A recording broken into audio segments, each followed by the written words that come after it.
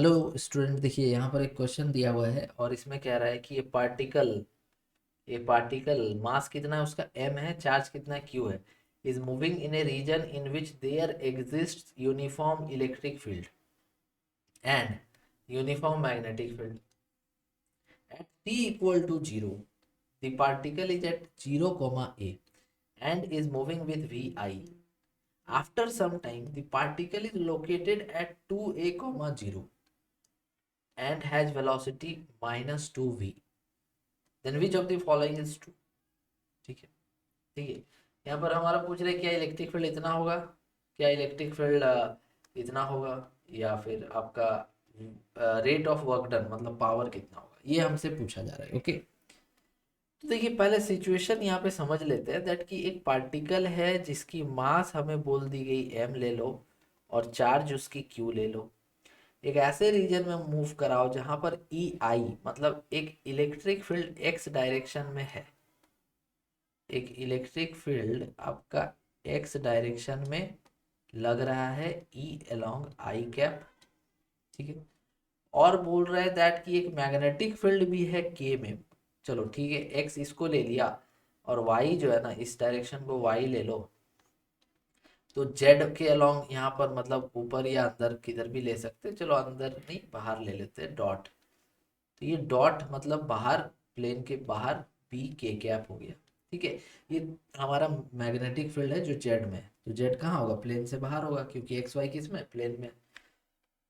अभी बोल रहे हैं at t equal to zero, t equal to zero the particle is at zero comma a, मतलब ऊपर कहीं पर होगा। क्यों, क्योंकि इसका एक्स कोऑर्डिनेट जीरो है ना, सो जीरो कोमा ए इस पर है and is moving with v i, और ये वी आई से मूव कर रहा है मतलब कि एक्स डायरेक्शन में वेलोसिटी वी से जा रहा है।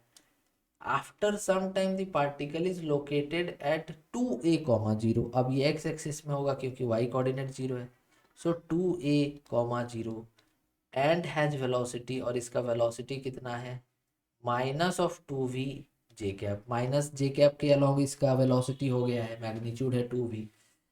Then which of the following is true. तो चलिए पहले हम लोग इलेक्ट्रिक फील्ड यहाँ पे निकाल लेते हैं और देखते हैं कि ए या सी सही होगा या नहीं। अगर मान लीजिए ए और सी सही नहीं है तो बी और डी में से चेक कर लेंगे पावर निकाल के। ठीक है, देखिए कि यहाँ पर एक्चुअल में आपको जो चार्ज है वो आखिरकार एक्स की तरफ जाते जाते वाई की तरफ क्यों मुड़ गया, कुछ तो रीज़न होगा। तो देखिए ये एक्चुअल में हुआ क्या, दैट कि ये एक्स की तरफ जा रहा था तो एक फोर्स इस पर लगना स्टार्ट हो जाएगा। कौन सा फोर्स, वो फोर्स होगा F electric force equals to q into E. एक फोर्स और होगा और वो फोर्स होगा magnetic force q v B. ठीक है, तो देखिए एफ ई जो है ना इसका वैल्यू, इसकी जो वैल्यू है ये आपका उसके स्पीड को चेंज कर सकता है। ठीक है, लेकिन ये जो है ना ये चेंज नहीं कर सकता। क्यों, क्योंकि ये वेलोसिटी क्यों चेंज नहीं कर पाएगा, क्योंकि ये जो लगता है ये डायरेक्शन ऑफ मोशन के परपेंडिकुलर लगता है। कैसे, देखिए इनिशियल में शुरुआत में जो पार्टिकल जा रहा था इस तरफ माने वेलोसिटी इधर था और मैग्नेटिक फील्ड था बाहर। तो जब इसका वैल्यू आप निकालते हो ना तो इससे निकालते हो direction F equals to q v cross B से। तो देखो वी के along right hand thumb rule use करना है, राइट हैंड थंब रूल। तो वी के अलोंग अगर आप अपना हाथ रखते हो, आपको वी के अलोंग अगर हाथ रखना है ऐसे, ठीक है, और बी के तरफ क्रॉस करते हो जैसे ऐसे, तो इसका जो फोर्स आता है, इस पे जो फोर्स है वी किधर है आपका, वी एक्स की तरफ है और बी की तरफ बाहर, तो फोर्स थंब के अलोंग नीचे आता है। ये आपको करना होगा। ठीक है, इस वजह से ये धीरे धीरे नीचे लगते गया तो ये इसका डायरेक्शन जो है मुड़ता गया, समझ गए, मुड़ता गया और एक सर्कल ये क्वाड्रेंट ये बनाया, मतलब कि इसका पाथ कुछ ऐसा हो गया। ठीक है, फाइनली फिर वो नीचे जाने लगा, ये है। समझ गए, तो इसको बनाने के लिए हम लोग को यूज करना पड़ेगा वर्क एनर्जी थ्योरम। ये वर्क एनर्जी थ्योरम क्या कहता है, that total work done is equal to change in kinetic energy. So work done total is equals to change in kinetic energy. अब यहाँ पर जो वर्क डन हम लोग लिखने जा रहे हैं, ये वर्क डन आप कैसे लिखोगे, तो देखिए ये जो वर्क डन है ये कौन देगा, ये जो वर्क डन ये कौन देगा, तो ये दो ही फोर्स लग रहा है तो दो से वर्क डन हो सकता है, इसीलिए वर्क डन ड्यू टू एक मैग्नेटिक फोर्स और work done due to electric force, यही दो फोर्स है तो इन्हीं दोनों से वर्क डन मिल सकता है। इक्वल टू काइनेटिक एनर्जी का चेंज, तो final kinetic energy minus initial kinetic energy लिख सकते हैं। अब देखिए कि जब यहाँ पर मैग्नेटिक फोर्स का आप वर्क डन लिखना चाहोगे तो वर्क डन एक्चुअल में क्या होता है, वर्क डन होता है F S cos theta where theta is the angle between force and displacement. अब चूंकि हमारा मैग्नेटिक फोर्स उस चार्ज पार्टिकल पे लग रहा था नीचे जब वो उधर जा रहा था इस तरफ, तो डिस्प्लेसमेंट या डायरेक्शन ऑफ मोशन और फोर्स के बीच का एंगल 90 है, तो ये वर्क डन तो जीरो हो जाएगा, तो मैग्नेटिक फोर्स का वर्क डन यहाँ पे नहीं होगा, वो जीरो लिखना पड़ेगा। प्लस इलेक्ट्रिक फोर्स का वर्क डन हो जाएगा क्यू ई इंटू डिस्प्लेसमेंट। अब ये डिस्प्लेसमेंट हम लोग कैसे निकालेंगे, देखिए अगर आपको डिस्प्लेसमेंट निकालना है तो आप देखिए कि इनिशियल पोजीशन और फाइनल पोजीशन क्या है, ठीक है, इनिशियल पोजीशन यहाँ पे क्या है और फाइनल पोजीशन यहाँ पे क्या है। देखिए इनिशियल पोजीशन है 0, और फाइनल पोजीशन है 2a, 0।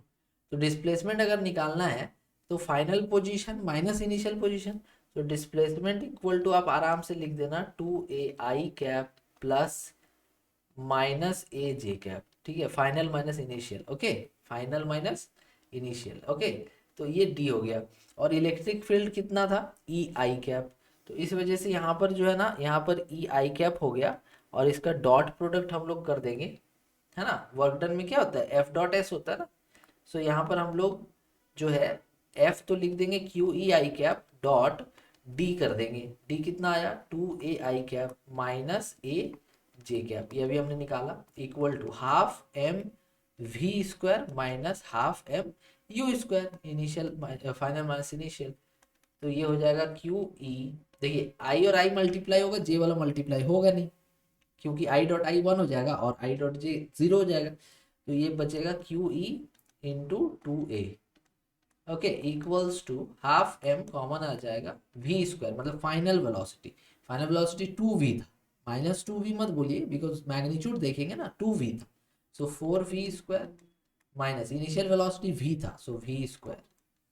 अब देखिए यहाँ से E इक्वल टू हम लोग निकाल पाएंगे, so q E into 2a equals to half m 3v square, okay, so यहाँ से आपका E इक्वल्स टू मिल रहा है 3mv square upon 4 into q into E into a, ठीक है, सो 3mv स्क्वायर बाई, अच्छा ई तो निकालना था मैंने, यहाँ ई भी लिख दिया, सॉरी, ये ई यहाँ पर नहीं होगा ना, उधर ही रह जाएगा ना, so this one is a, so 3mv square upon 4qa, ये आपका 3mv स्क्वायर अपॉन 4qa, ये तो नहीं है, ए और बी सही होगा नहीं, ठीक है, चलो अब work done, rate of work done को क्या कहते हैं हम लोग, पावर।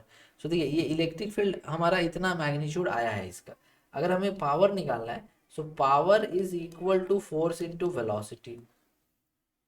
अब देखिए पावर फोर्स तो आप जान रहे हो ना, Q इंटू ई होगा, initial rate of work done किसका निकालना है, आप क्वेश्चन में पढ़िए, initial at the initial moment the rate of work done by electric field, इस वजह से हम लोग फोर्स की जगह पर इलेक्ट्रिक फोर्स ले रहे हैं, so q E into v, v हमारा रहना तो जितना है, अब हमने देखो यहाँ क्यू ई तो निकाल लिया था 3mv square upon 4qa into we, ठीक है, तो यहाँ से क्या आ जाएगा, ये क्यू कैंसिल हो जाएगा, तो ये आ जाएगा 3mv³ upon 4a, 3mv³ upon 4a, देखिए कौन सा ऑप्शन है 3mv³ upon 4a, B option सही है, बी ऑप्शन सही है, बी वाला सही होगा। आई होप ये क्वेश्चन आपको अच्छे से समझ में आ गया होगा, लाइक जरूर कीजिएगा, थैंक यू।